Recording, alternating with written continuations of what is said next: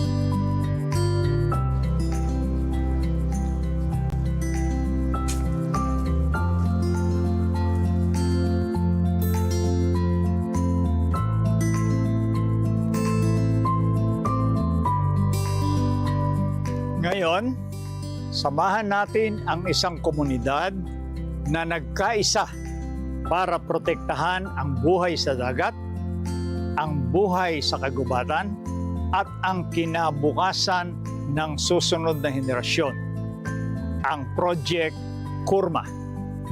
Ako si Bob Ferrer at ito ang Good Stories. Sama ka, kwento natin ito.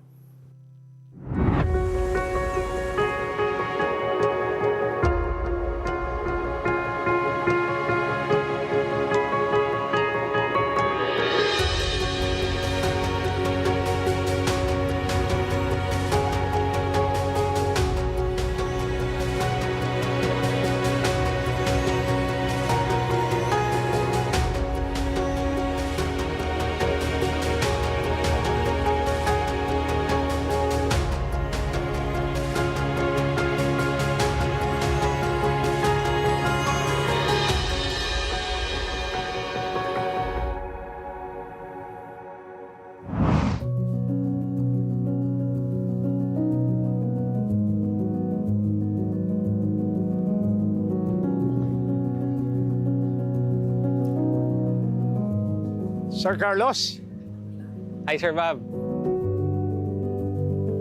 thank you for having us. Welcome to La Union po and salamat. sa pagbisita sa atin dito sa CURMA. Napakaganda, napakasarap ng hangin. Aba. And I like your place. Ang ganda niya. But I wanted to ask you, can you tell us a little about yung inyo pong proyekto na CURMA? This is a pawikan or sea turtle conservation effort. And dito tayo nag-umpisa in San Juan, La Union. Actually, dito pa nag-umpisa yung story ng CURMA, dito lang sa harap ng beach. Back in 2009. Does the word CURMA stand for anything significant? Or Yes, sir. Yung CURMA, it's an acronym for Coastal Underwater Resource Management Actions. Oh, okay. Pero sa oldest language in the world, sa Sanskrit, ang ibig sabihin niya, sea turtle. Sea turtle. Yes, sir. So ito po yung first word that ever meant sea turtle. This is a NGO. We are a non-profit and nag-umpisa ito back in 2009 when we first discovered ay pawikan nest dito po sa harap natin sa we are right now in the middle of San Juan. Dito lang. Dito lang po sa harap. Okay. Can you show us where it all started? Yes, sir. Let's head out to the beach. Sige. Thank you. San Juan, as I know, is in the middle of La Union? Ganun ba? Paano ba yun? It's pretty much in the middle, sir. Pretty much in Yes, the sir. middle of La Itong Union. CURMA Center natin is in the middle of San Juan. Carlos, kanina we've been talking about CURMA, no? Paano ba talaga nag-umpisa tong CURMA? Itong NGO na to? Back in 2009, dito kami nakatira, right on the beach. Dito ka na nakatira talaga? Yes, sir. And one morning, yung mama ko, tsaka yung sister ko, lumabas sila sa beach. And then dito sa harap natin... Stroll. Oh, sir. Labas lang sa beach, lakad-lakad. Tapos may isang nest ng pawikan na nag-emerge dito sa harap. And this was the first time namin makakita ng pawikan. And so, syempre, na-excite kami. No? Anong klaseng pawikan ba to? It was a magical moment for you guys. Yes, sir. Oo. It just happened. Hmm. So, ni-research natin anong klaseng pawikan ba siya, bakit ba siya nandito. And through the research, nalalaman din natin na at that time, yung poaching, yung illegal hunting, napaka-rampant pala. Rampant dito. Oh, sir. So, this was how you got involved into this NGO project. Yes, sir. So, nung nalaman natin yung situation, na ito pala, nesting area pala siya ng endangered pawikans. Tapos, nalaman natin na grabe pala yung Rampant. poaching. Oo. Opo. So, naisip natin, we had to do something about it. Okay. So, doon po nag-umpisa yung idea of protecting the pawikans. Initially, so my sister was the one who actually started the program. Ano ba ang role ng pawikan sa overall environment natin? Yung kalikasan. Ano yung kanyang contribution sa kalikasan? Yung pawikan, sir, they actually call them a keystone species. So sa isang ecosystem, yung mga pinaka-important na species that help protect yung balance, ang tawag sa kanila is keystone. So sa ating dagat and the coastline, yung pawikan, keystone species. Kasi ang dami niyang contribution to the ecosystem. Like what? Sir, like for example, sila yung kumakain ng dikya o yung jellyfish. Oh, okay. So, Hindi ko alam yun, sir. Yung mga jellyfish. Jellyfish, kinakain ng pawikan, Sir. Hindi sila affected ng sting. Oo. Tapos, yun talaga yung part ng diet nila. Oh, wow. So, like here, yung sinasabi natin sa tourism industry, kung mawala yung ating pawikan, dadami yung jellyfish. Pagpunta nyo dyan, puro kayo tama. Sir. Masisira yung tourism natin. Puro jellyfish sting kayo. Yes, sir. Local livelihood, ma-affect. Isa pa, sila yung tumutulong sa coral growth. Yung sila din po ang nag-aalaga ng seagrass Ang dami beds. niyang role, Opo, ang dami silang ginagawa sa dagat. Naka-encounter ka na ba, Carlos, ng... Siyempre sa tao, di ba, may pinanganganak na may kulang na gano'n, may kulang na bahagi ng katawan. Merong gano'n din ba sa pawikan? Yes, sir. Actually, in the recent years, mas napansin natin na mas dumadami yung abnormalities. Bakit kaya? Would you... Some of the specialists, ang pina-point out nila is yung climate change kasi napakainit na ngayon. So, naapektuhan sila. And the other one is yung pollution. Pollution, Kasi no? grabe na yung pollution sa dagat. Madumi na, no? Madumi na. Yung mga mothers na apektuhan sila, they're exposed to this. Meron ka bang personal experience ng inalagaan mo na medyo kailangan ng tulong ng isang pawikan or several of them? Meron ka bang experience dyan? Yes, sir. Right now, in fact, meron tayong isang pawikan na nandito. Through the years, we've released over 52,000 na baby pawikans. And this is the first pawikan na hindi namin mai-release. Bakit? Kasi siya po, nung pinanganak siya, maiksi yung kanyang flippers. So yung front flippers nila, 4 lang flippers sila, di ba? yes, sir. 2 sa harap, 2 sa likod. Aba. Yung likod, para paan nila yan, no? Aba. Yung harap, parang kamay nila, yung arms natin. Yes, sir. So sa kanya, parang maikli yung harap. Maikli yung harap niya. So hindi siya maka-properly... Opo. Ang main challenge niya, hindi siya nakakasisid halos. So, hindi siya makakakuha ng pagkain. Tapos, susceptible siya sa mga predator. Kasi nakalutang lang Of course. siya. Halos oo. hindi siya makasisid. Hindi niya kayang escape. Opo. Di ba? Yes, sir. The chances of survival ng isang baby pawikan na maging adult is only 1%. So, wow. So, napakaliit. Liit, ano? Kaya ito po, yung challenges niya, hindi namin siya mai-release. Oo. So, at the moment, we have this particular turtle dito po. Can you show me? Yes, sir. Nasa captivity siya, siyempre. Opo, Kasi andito siya tinuturuan pa siyang mag-survive. Opo, he can survive out there and Oo. hopefully, Oo. at some point, may release din natin siya. Sige, can we Yes, sir. visit? We'll show May you. pangalan ba yung pawikan mong yan? Opo, bale, yung pangalan niya is Pebble. Pebble? Opo. Ano yung babae? Right now, hindi pa natin sigurado. Hindi pa alam. After 10 years usually. Pag nalaman na natin babae talaga yan, tawagin natin Pebbles. Lagyan natin ng S. Halika, gusto kong makita si Pebble.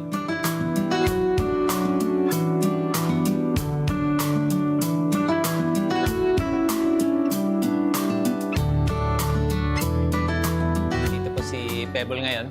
Oh, yeah. That's Pebble. Yeah. Isa siyang olive ridley. So Okay. ito yung species na pag adult sila, olive yung kulay ng shell nila. Yun yung Kumbaga sa tao, yun yung tribo niya. Oh, sir. No? Yun yung tribo niya. Si Okay. Pebble naman, pinanganak siya with abnormally short flippers. Do you know when? We don't know her gender niya, no? Sa So do ngayon you po, know medyo when Pebble mahirap. was born? Yeah, Pebble, interestingly enough, was born on February 14 last year. Wow. So, meron din siyang heart-shaped design sa kanyang ulo. And then, itong klaseng pawikan, pag adult sila, yung shell nila is also heart-shaped. Heart shape. It's taking form already, di ba? Opo, you can see it already. Yung flippers nila, normally, at this age, kasi, mga kasing haba siya nung shell. Yung shell. Pero as you can see, yung kay Pebble, napaka-ikli. Parang 1/4 lang. Parang 1/4 lang or even less. Yeah. Kaya nahirapan siya mag-dive at Kaya PWD siya. opo, pawikan with disability. Pawikan with disability because of the front flippers. Yes. Maikli, no? We can show you po, Pebble, para you can Sige see nga. yung flippers Pwede? niya, yung maiksi. Yeah. Oh, nagda-dive nga siya. Nagpapakita ng gilas. Yeah. Yeah. Matigas na yung shell niya. Yes, sir. Actually, pag pinanganak, medyo matigas na rin. Tapos you can see, very short yung kanyang flippers. Normally, dapat mga ganyan kahaba siya. Pebble spread. Ayun, spread niya yung isa. Yan, oh. So actually, mas So, mukha parang- siyang pagong imbis na pawikan. Yes. Saka para walang direksyon, ano? Oh. Okay. Oh, sige, balik ka na. Actually, na-notice namin during the release, kasi in the Hindi release, hindi umuusad. hindi siya gumagalaw. Hindi gumagalaw dahil hindi makaabot yung kanyang... Yung flippers niya. Oo. So doon namin napansin. May hatchery is just nearby if you want to come and have a look Oh, at sige. the hatchery. Dito Oo. yung area na kung saan natin nililipat. Pwede ba nating bisitahin na ngayon? Or, Yes po, dito lang sa harap.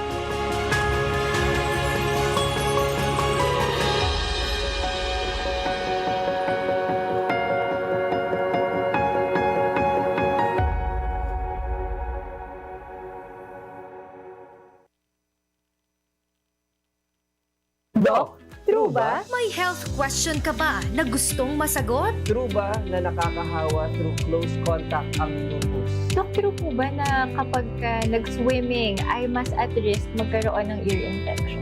Samahan sina Doc Sel Martinez at Jerome Sang na masagot ang inyong mga katanungang pangkalusugan sa Doc, True ba? Tuwing Sabado alas 8 ng umaga. Obra mula sa basura? Pwede yan, basta't kasama mo ang buong Artkada. Kaya Artlinks, game na ba kayo? Ilabas na ang inyong art materials at unleash your creative minds. Let's turn trash into treasures sa mga super fun at colorful activities. Don't worry, si Kuya Kel ang bahala sa inyo. Kalye, sining tuwing Sabado 4 p.m. ASEAN Time. Dahil sa ASEAN, mas madali na ang cashless transactions sa ibang bansang miyembro nito.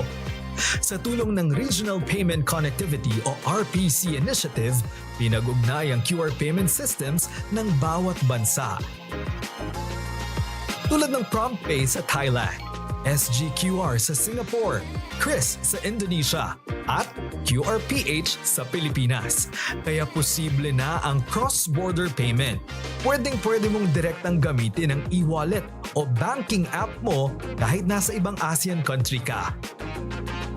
Mas mababa rin ang fees at conversion costs dahil pwede nang gumamit ng local currencies tulad ng peso, baht at ringgit para sa cross-border payments. O di ba? Mas convenient ito para sa lahat, mula sa mga turista, small businesses at ordinaryong tao. Bilang bahagi ng ASEAN, the future is bright for Filipinos in food, culture, tourism, travel, and more. Kaya abangan at suportahan ang 2026 ASEAN Summit na gaganapin sa Pilipinas. It's ASEAN Time!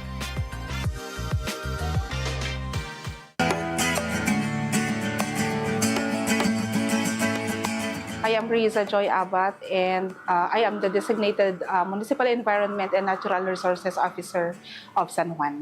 May dalawang mukha kasi ang tourism when it comes to conservation ng ating wildlife. So in San Juan, we have our marine turtles, no?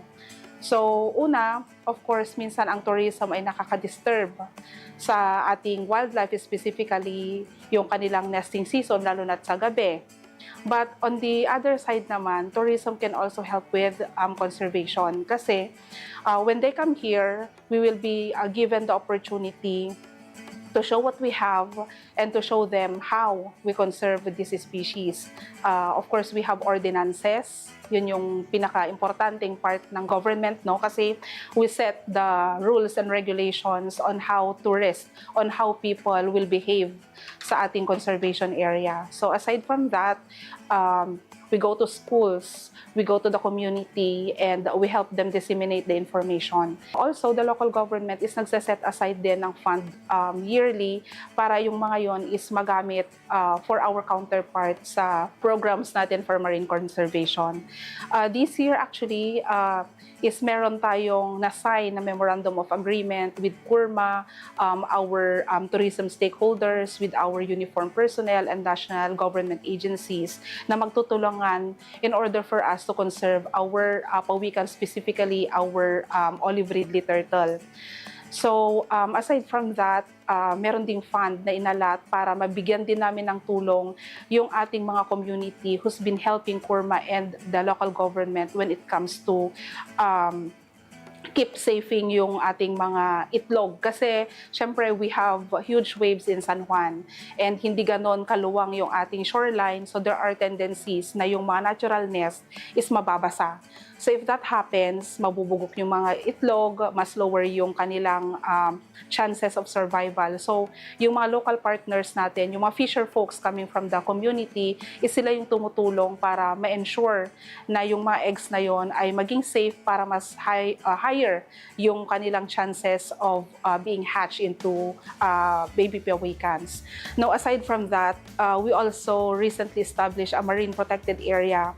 So, when our mother pawikans are along our shoreline, we have our community and we have CURMA helping us out para ma-make sure na makapangitlog sila ng maayos and makabalik sila sa dagat. However, pag nandun na kasi sila sa dagat, hindi na natin control yon. But if we have a marine protected area, they will have a safe haven pagdating nila sa tubig kasi our marine protected area has a no entry zone. So pag nandun sila sa area na yon, hindi sila manganganib na ma-poach, hindi sila manganganib na madisgrasya for our mga marine vessels kasi no entry yung area na yon. Meron tayong ordinance. Yung una is actually yung pag-prohibit ng pangongolek ng mga itlog, paninira ng itlog, and at the same time yung pag-slaughter sa ating mga pawikan if ever na nandito sila sa shoreline. That's the first one. Yung second one is yung pag-declare sa ating shoreline as a marine turtle conservation area. So, eto minimarry namin with our tourism kasi the tourism is here. That's also the livelihood of our constituents. So, kailangan nating i-make sure na even if tourism is developing, there will always be a safe spot or there will always be a safe place for our pawikan. So with the second ordinance, we prohibit yung pagpasok ng ating mga motorized vehicles sa ating shoreline, and at the same time, it will regulate yung mga activities na ginagawa natin sa shoreline, yung pinapayagang activity. And at the same time, it will also ensure na yung ating mga business partners sa tourism sector will always be aware of the limitations, the do's and don'ts if ever na may ma-encounter silang pawikan.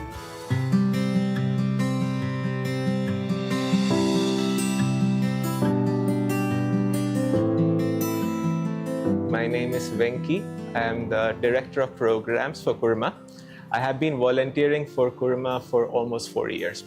That's actually a long story because before I volunteered for CURMA, I was doing my corporate life in Europe. So I was working as an energy consultant for 10 years. And at that time, life was very stable. It was, the pay was good, the life was stable, but it didn't feel fulfilling. So post-COVID, I started doing a bit of soul searching, and I just stumbled upon L'Avignon. And ever since I came to L'Avignon, I met the founders, and that was what they do here was very inspiring, and that prompted me to leave everything from Europe and just start volunteering here po.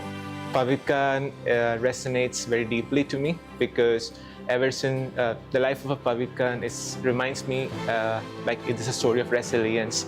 Ever since it's born to its adulthood, it has to face a lot of resilience and challenges.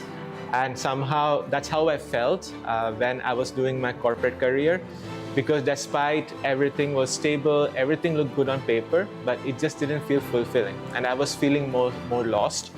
But then I came to Ngayong. The culture was different.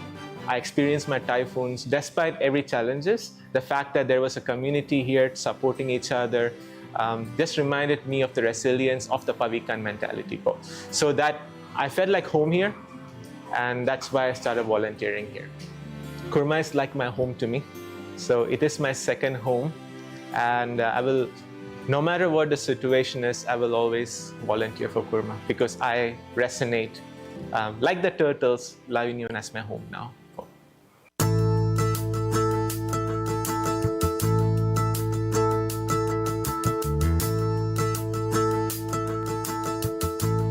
So this is our hatchery. This is our San Juan hatchery.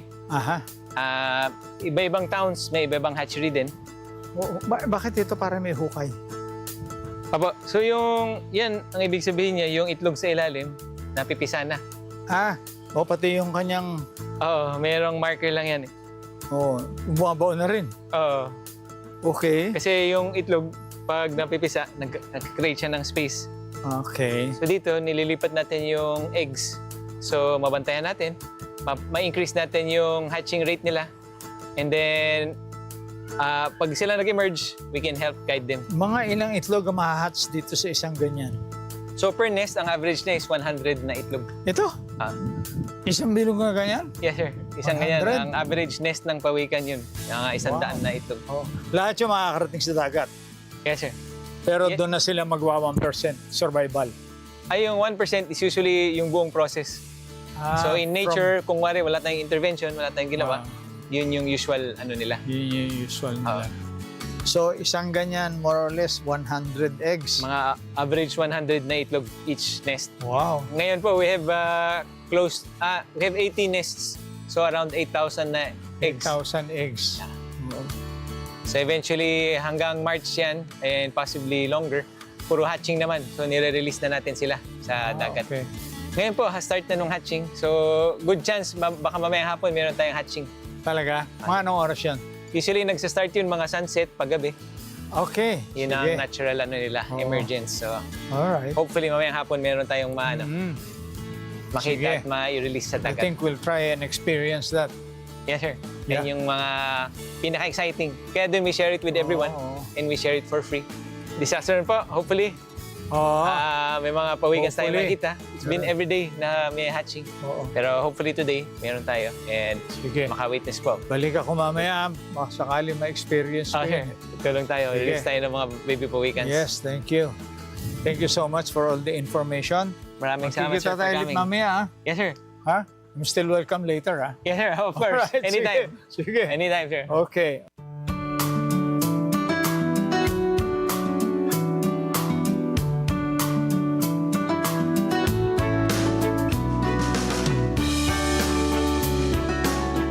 My name is RB Margaret Ambros. I am from Benguet State University and I take Doctor of Veterinary Medicine.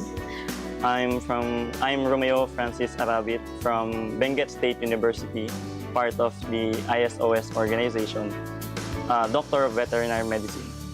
One of the biggest things I learned is that turtles are often a species that are overlooked by many.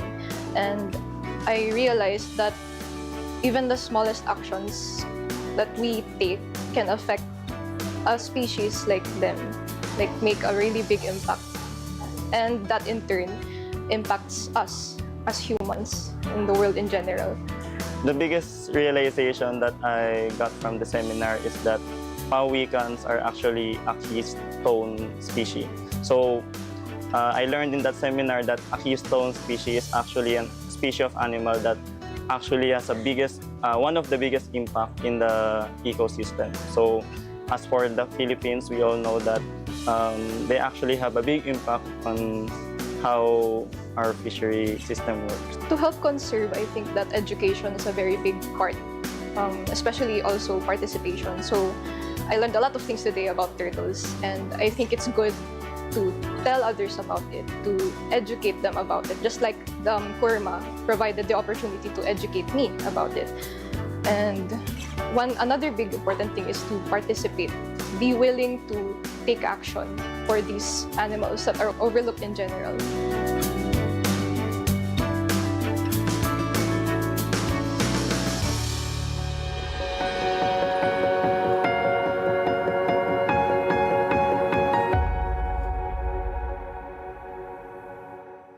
Kayo ba ay may mga isyong may kinalaman sa karapatang pantao o pangkalusugan? Isyong legal at pangangailangang medikal, ito ang programang magbibigay payo, tulong para sa mga mamamayang nangangailangan. Kasama sina Congressman Zia Alonto Adyong at Attorney Mix Nograles. Makakasama niyo kami sa paghatid ng kwento at tulong, pag-asa at pagbibigay ng mabilis at di kalidad na serbisyo. Tutukan ang lahat ng ito sa House at Your Service tuwing Sabado, 1:00 ng hapon, dito sa IBC 13 at Congress TV. Abangan ang talakayan ng mga kabataang may talino, may tapang at may puso. Lahat ng mga estudyante ay may karapatan sa pag-aaral. Naiintindihan namin yon. Pero ang tanong, feasible ba yung pinapropose ninyo? Ang tinig ng kabataan, ating pakinggan dahil ang bawat argumento may punto. Kasama sina Faith Santiago, Princess Jordan at Kuya Jude Asidre. Balitaktakan, tinig ng kinabukasan tuwing Sabado, 6:00 ng hapon, dito sa IBC 13 at Congress TV. It's ASEAN time! Dahil sa ASEAN Economic Community, mas nakikilala ang pagkaing Pinoy sa buong Southeast Asia.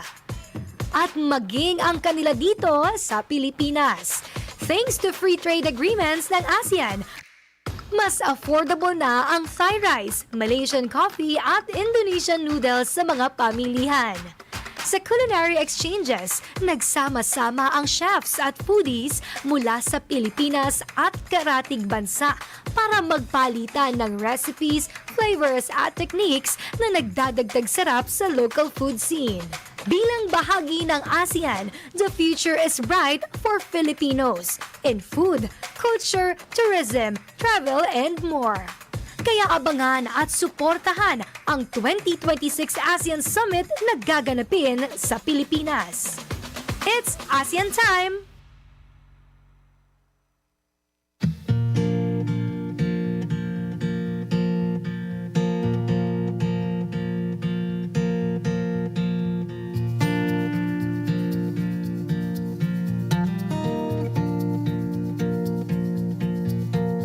We're here with Sir Toby dito sa very beautiful place niya sa forested area. Ano yung concept ng, what is the concept of ridge to reef? Reef. Oo. Right, kasi may bundok. May bundok at may dagat. Yung dagat.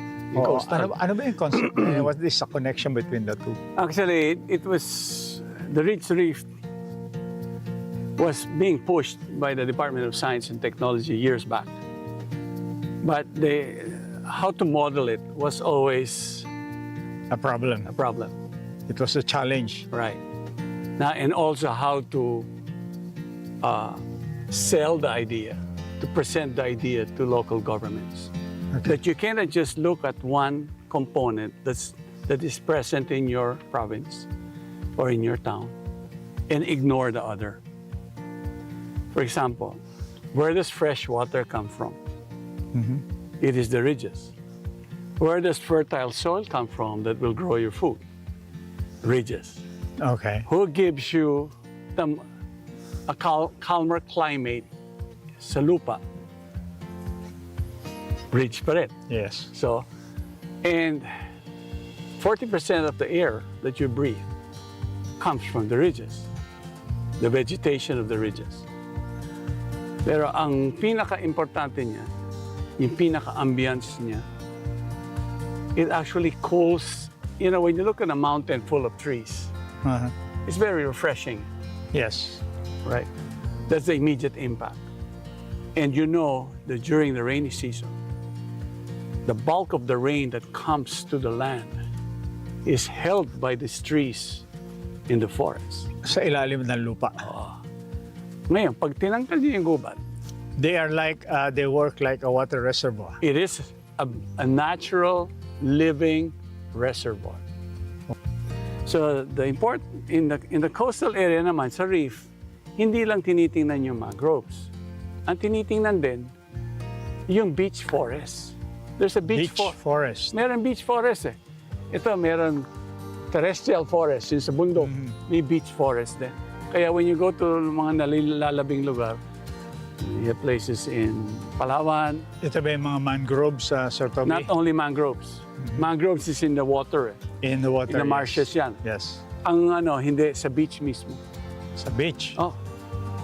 Marami dyan. There's almost, I think, 150 varieties of native trees that grows along the coast. Yan ang beach forestry. So wag nyo lang ihalo na mangrove yan. Hindi. Meron dyan yung mga talisay, meron dyan yung mga dita, meron dyan yung bani, yung mga puno na yan. Along the beach? Along the beach. Pine trees. Oh, okay. So yan yung mga natumutubo sa mga lugar. Tapos nandyan yung mga pandandagat. So yan yung mga ehemplo ng mga puno na yan. So you have both. Yung puno dyan sa tabing dagat protects us from tidal waves. Right. And it will hampas ng alon. Right. Mga tidal protection, tsaka dyan yung mga, hindi ba may mga wildlife na kailangan nila ng beach forest kasi during certain time of the year, dyan sila nagpapalagi. Pag tag-ulan, yung mga wildlife pumupunta rin doon. Kaya nga dapat yung balance ng ridge and reef. Kunyari, itong bayan ng San Juan, dapat yung mga bundukan niya, yung mga vegetation sa ridge, pabayaan nila mag-prosper. Kasi igagaranti na malinis ang tubig ng kanyang bayan hanggang sa coast na yun. So pwedeng huwag na lang pakialaman yan, Sir Toby? Right. Nature will take care of it? Right. Katulad ito. Pinalagaan. 14 years mong binantayan. Water in the village, in the school, in the rice fields, immediately nabubuhay yan. So bumabalik lahat yan. Ang laon yun, 30, mga lang kami, only 3 months a year yung wet season namin. Matagal na yung 4 months. Pero when you're in this region, a rainy season is very short. So you really need the balance of the ridge and reef to give you your water needs to see you through for the next 7 to 8 months na mainit ang panahon. Nature ang magdidikta sa tao, wag tao nagdidikta sa nature. We use that word so much, sustainability, how to run this and business and all of that. The Philippines was gifted with 35 million hectares of forest. So sustainability, Sir Toby, has to do with diversity. Yes, that's one. And then there's diversity, there's resiliency. There's resiliency, and yes. Kasi mabilis yung recovery. Mabilis. Nagtutulungan lahat yan. Pag tinignan nyo yung mga punong yan. Tingnan nyo, dito, binagyo kami. Lagas yung mga dahon, yung dahon pumunta sa baba. Magiging fertilizer yan, nabubulok. Yeah. Tapos, pag napansin ngayon, pag nasa ganito ka, ako, pansinan ko talaga, uy, pag binabagyo pala, ganitong recovery niya, nag-uumpisa sa ilalim. There's a natural whole cycling system in nature. Kaya nga, pag inintindi nyo yung nature, may panahon yan, yun nyari, ridge and reef, no? Pagdating na tag-ulan, napakaganda ng ridge. Siglang-sigla yan. Pero dyan lahat ng mga tubig, dyan lahat. Correct. Nagtatanim lahat ng mga tao. Pero pag kulang ang ridge ng puno, hindi tumatagal yung planting season. Pero kung yung puno ay pinabayaan nila, hindi lang yung tubig na magdadala ng tubig, ang tubig na nagaling sa gubat, nagdadala ng sustansya sa mga kalupaan. The fertility of the soil, kasi puro soil biota yan eh.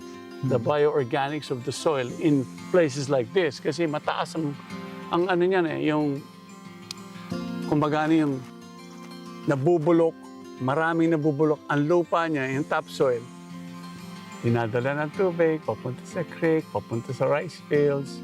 Ang dalang sustansya niya, napakarami. So, pag binabalikan mo yung ridge to reef na naman, yung sa turtle conservation, sinisigurado natin na yung nesting sites ay maayos. Pero, siyempre, kung ano yung pag titingnan mo rin yung resulta nung ano ba yung meron sa bundok ng San Juan.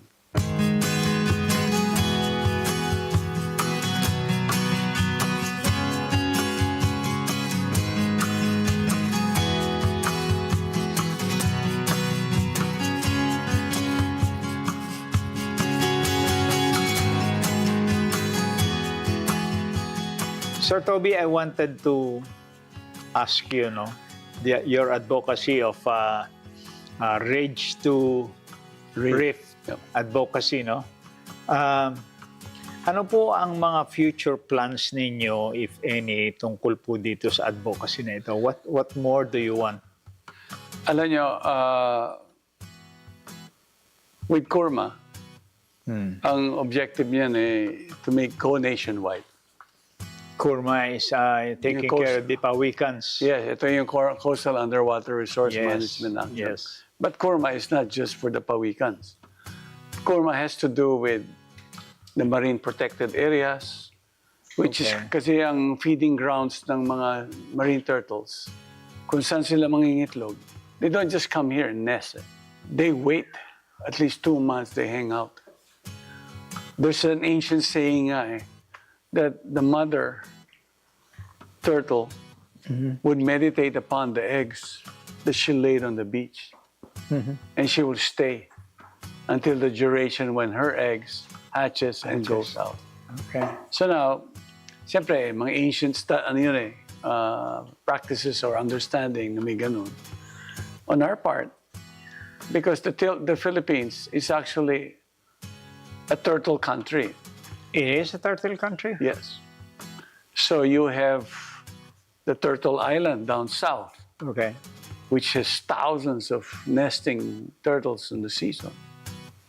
Tapos you have everywhere, the whole western side, even Palawan, lahat yan pawikan come. Even in Cavite, in Ternate, those places, pawikans would come and nest. But it's been common knowledge kasi yan But when the fisher folks see the pawikan, and they get the eggs or they catch the nest, the mother, they think of it as their catch. Ito yung mga poachers na tinatawag natin? Hindi pa naman natin tawagan poachers kasi sa kanila, akala hindi sila poacher. Hanap buhay lang nila, no? Mangingisda sila. Mangingisda sila. So, but in reality, they're poaching. They're poaching. Because those are, kumbaga, kailangan pangalagaan yung pawikan at saka yung kanyang itlog. Lalahanin nyo, only 1% of them will survive. So what would be the future gusto nyo pong mangyari sa advokasya nyo in the future? Siyempre, we need to do our side of work, to information education campaign. That's what CURMA is doing. But now being recognized as a volunteer hub, that gives us a bit more leverage. Voluntarism on the part of the citizenry. Right, because most of us, the success of CURMA and whatever you see here in Lotus Valley, a lot of it had to do with kusang loob na trabaho, bayanihan na trabaho. Bayanihan. Right, para sa bayan talaga. Which is a basic Filipino trait. Yes. So, the CURMA is purely volunteer yan. So, palalakihin po natin yung spirit of voluntarism. Yes. Buhayin natin yan. Nandiyan naman At kasabay nito ay palalawakin natin yung information campaign. Yes. Between the connection of the ridge and the reef. Salamat din sa inyo for giving us this opportunity to actually share what we have. And we always feel that this has been the model to showcase it. Kasi it was done in such a volunteer spirit na you're not counting your investments. None of that was there. It was purely, we know that this will be something that will be there for many generations to come. Well, we are one with this advocacy, sir. Thank you. Thank you so much. Okay.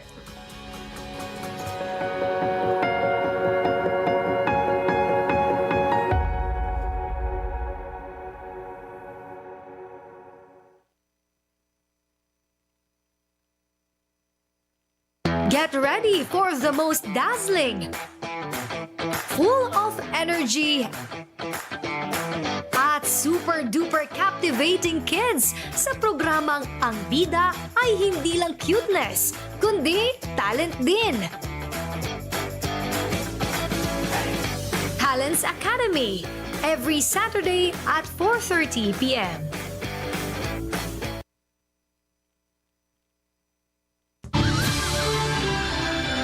A tapestry of timeless traditions, culinary gems, fusion of culture and festivity, bound by generations of shared stories.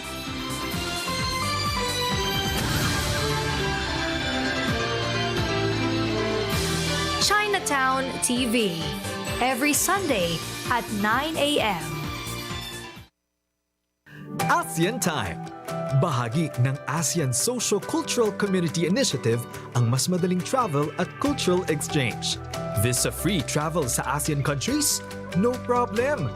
Mas madali nang bumiyahe sa Southeast Asian countries at dahil dito, mas naipaparamdam natin ang hospitality sa mga turista. With community-based tourism, mas naipapakita natin ang ganda ng lokal na pamumuhay, pagkain at kultura habang tumutulong sa mga komunidad. Tampok ang Pilipinas sa ASEAN Cultural Festivals. Bit-bit ang ating musika, sayaw at sining na nakikilala sa buong rehiyon. Mayroon ding student at teacher exchanges para sa academic at cultural learning. Bilang bahagi ng ASEAN, the future is bright for Filipinos. In food, culture, tourism, travel, and more.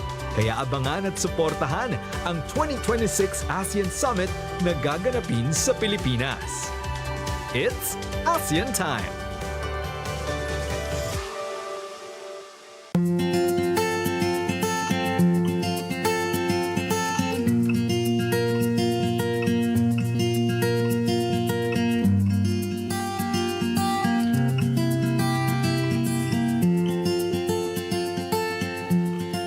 This whole idea started kasi when we first discovered the turtles before, in 2009, the main challenges of the local communities, which is our fisher folk, is livelihood.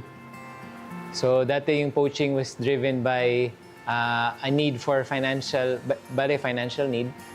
So we focused on two things. One was education and the other one was livelihood support. So dito pumasok yung idea na we will support the locals para we will, kumbaga, eliminate yung need na gumawa sila ng illegal activity. So dun po nag-start yung idea for livelihood support. And so with this, we thought of different livelihood opportunities, alternative, sustainable livelihood opportunities for them. And so we worked with the women, the coastal women, and so we came up with, right now we have like two major projects, which one is yung crochet training. So they make those little turtle crochet keychains and also bag tags. And then meron din kaming soap making training in which they make two kinds of soaps. One is made of used oil. So you repurpose used oil and turn it into soaps na mabibenta din nila. And then the other one is bath soap. It's actually all-purpose soap. So pwede siyang for laundry, for baths, for hands. So yeah, and it's been doing well actually. So here in CURMA, there's a whole range of merch that you can, if you come visit, you can purchase bags. We have bags. We have T-shirts. Keychains, soaps. We also have soaps made by the women and bag tags. Also bucket hats. A big part of the profit goes to the communities, yeah? Especially the keychains, the soaps, the bags. Yan. Since sila yung gumagawa, a part of it goes to them. Yes, pagdating sa livelihood, talagang we're trying to, as much as possible, support yung mga ginagawa nila. Party fit na rin yung incentive program natin sa CURMA. So pag may nakakahanap ng itlog ng pawikan or may nakaka-report or nag-turn over ng sea turtle, meron silang incentive na nakukuha. Yeah, we're also exploring other livelihood projects. So part of it may be sewing, repurposing scrap fabrics, and turning it into different products like bags, mga stuffed toys. Yan. So that's something that we're looking forward to this year.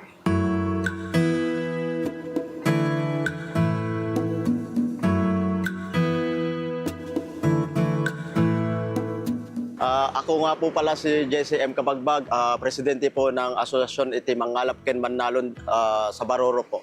Ako naman po si Johnny Bel Kabagbag, sekretary naman po ng Asosasyon Iti Mangalap Ken Manalon sa Baroro. Ako naman po si Gabriela Isaya M. Kabagbag, anak ni Jesse at Johnny Bel, na student. Nung nakilala ko na po yung CURMA, doon na po ako na-engage sa kanilang mga programa at doon ko po natanto na yung mga dati po palang gaming ginagawa ay hindi naman pala dapat na ipa-ano sa mga ibang tao. Ako po ay volunteer pawikan patrols po ng CURMA at sa LGUP din po namin at yung skills ko po na yung dati kong pagiging patrols ay yun na po yung ginagamit ko ngayon sa pagiging protectors naman ng mga pawikan po natin. Bale, tumutulong at sumasali na rin po kami sa mga programa ng CURMA, kagaya po ng pagpapatrol at pagpaintindi na rin po sa mga kabataan yung kabutihang ginagawa o naidudulot ng ating mga pawikan at sa kinabukasan.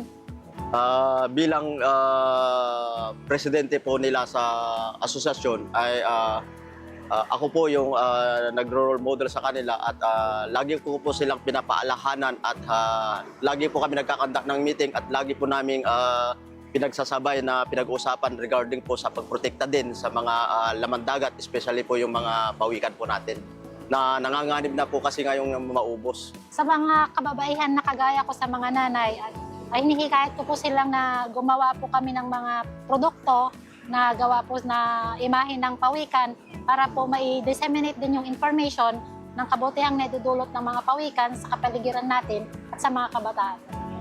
Ang masasabi ko naman kay Mama at Papa ay sila ay bilang hero ng mga pawikan kasi hinahanap nila yung mga egg ng turtles, ang mga pawikan from extinction.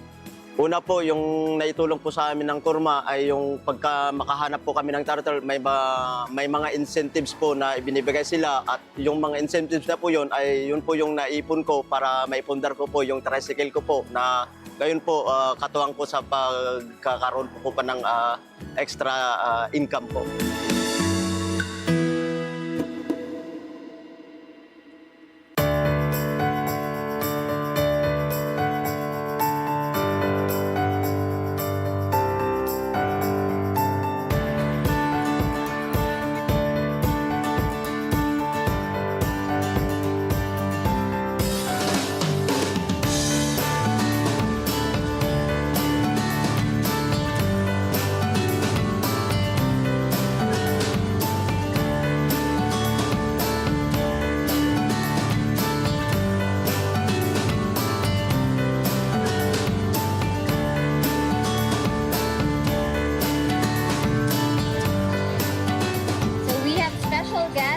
will be helping out with our release today. So for them to make it past this section, we're able to increase their chances of survival. So this afternoon is very simple. We just want to make sure that every single one of them makes it out there. And by doing so, we increase their chances of survival. So does that sound good, guys? Give them a little countdown. So count down with me from 10, 9, 8, 7, 6, 5, 4, 3, 2, 1. So here we have Bea, by the way. former Miss Earth water. And we have Sir Bob from IBC 13. Let's give him a round of applause, please.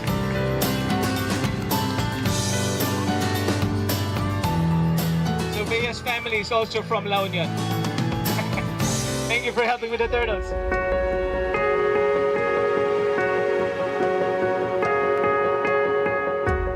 Sa bawat pawikan na pinakakawalan sa dagat, kasama rin ang pag-asang muling binubuhay. Ang mga hakbang na ito, mula sa pagbantay sa baybayin, pagprotekta sa kagubatan, at pagmulat sa komunidad, ay patunay na kapag ang tao ay natutong magmalasakit, kayang maghilom ng kalikasan. Kita-kits ulit tayo sa susunod na linggo para sa iba pang kwentong nakaka-inspire dito sa Good Stories.